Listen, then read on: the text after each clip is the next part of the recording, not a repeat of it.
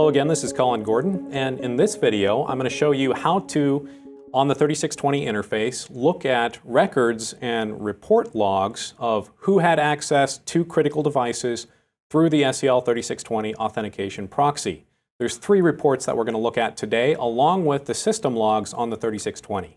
And those 3 reports are the Managed Device Passwords report, which shows an audit of what passwords are currently on critical devices protected by the 3620. The Password Updates report, which shows the last times that you've updated passwords on relays. And finally, the Commands and Devices report. And the Commands and Devices report shows all ASCII commands sent to devices connected to the SEL-3620 authentication proxy.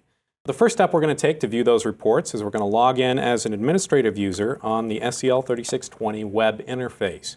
Now, you do have to be an administrative user. There's 2 different privilege types on the 3620, technician and administrator, and technicians do not have access to view or download or generate these reports.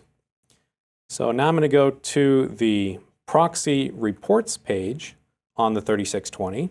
Now I'm presented with this Proxy Reports window. The first report I'm going to generate is the Commands and Devices report. So I'm going to enter the date range that I'm looking for. Now in this case, I'm going to generate everything that's ever been done on devices through the 3620. So I'm just going to add a beginning date of 2000 and an end date of 2020. And go ahead and click the Generate button. Now at this point in time, the Proxy Reports page tells me that there's 61 events that it's going to generate as part of this PDF report. I'm going to go ahead and refresh the Proxy Reports page, and now you'll see that you'll have an option to download a PDF and download a JSON file for the Commands and Devices report. So what we're going to do is just look at that PDF report. So this is what that Commands and Devices report looks like. And as I said previously, what this shows is everything I've done on my protected device as a user through the 3620 proxy. So you'll see in the table of contents that we have a number of events for our 735 relay. If I go down, you'll begin to see exactly what I have been doing on this particular device. So you'll see that it's traced back to my individual username, which is supervisor. It'll show you the ASCII command that I entered on this device. It'll show you my IP address as well as timestamped to UTC format every single command that I entered on this device. So if you'll keep going down here, you'll see that I entered ID quite a few times. While I was logged in as the engineer user, I actually ran the file read command, and this is actually something that Accelerator Quickset sent, so it'll capture all those Accelerator Quickset commands as well. So this is very useful for a number of purposes, primarily for auditing. If you do have a question from an auditor that says, in the month of May last year, show me everything that an engineer did on this relay, you can present them with this report, and that would be proof of what users were doing on that relay. Or if you came in and you were doing a settings baseline audit and you noticed a difference in your relay settings, you could come into this report and figure out, was someone messing around on my device, change a setting that they weren't supposed to. And that's the Commands and Devices report. I'm going to go ahead and generate a password update report. Now, we haven't actually gone into password management yet. That's going to be in a future series of videos. But I'll just go ahead and generate this report and show you what that looks like as well. Again, I just select the report type I want to generate. I enter the date range that I want to see the password changes or what password changes might have occurred on this device over that time. I'm going to go ahead and refresh this page, and now I can view that PDF report. So the password updates report also looks fairly similar to the previous report, the Commands and Devices report I already generated. You'll see that in the table of contents, there's no activity, and that in the password updates, there's also no activity. Now, if I was changing passwords on a regular basis, like via a schedule, or if I'd manually come in and changed passwords on this relay, then it would show up date stamped as to when I changed passwords on that device. So I'll go into more detail in this in a later video. Lastly, I'm going to show you the Managed Device Passwords report. Now, one thing I do want to point out is when I am generating in these begin date and end date boxes, I'm putting the dates in, It is day, month, year format and not month, day, year, which you might be more familiar with, so don't get caught up by that. I'm going to go ahead and start generating the Manage Device Passwords report.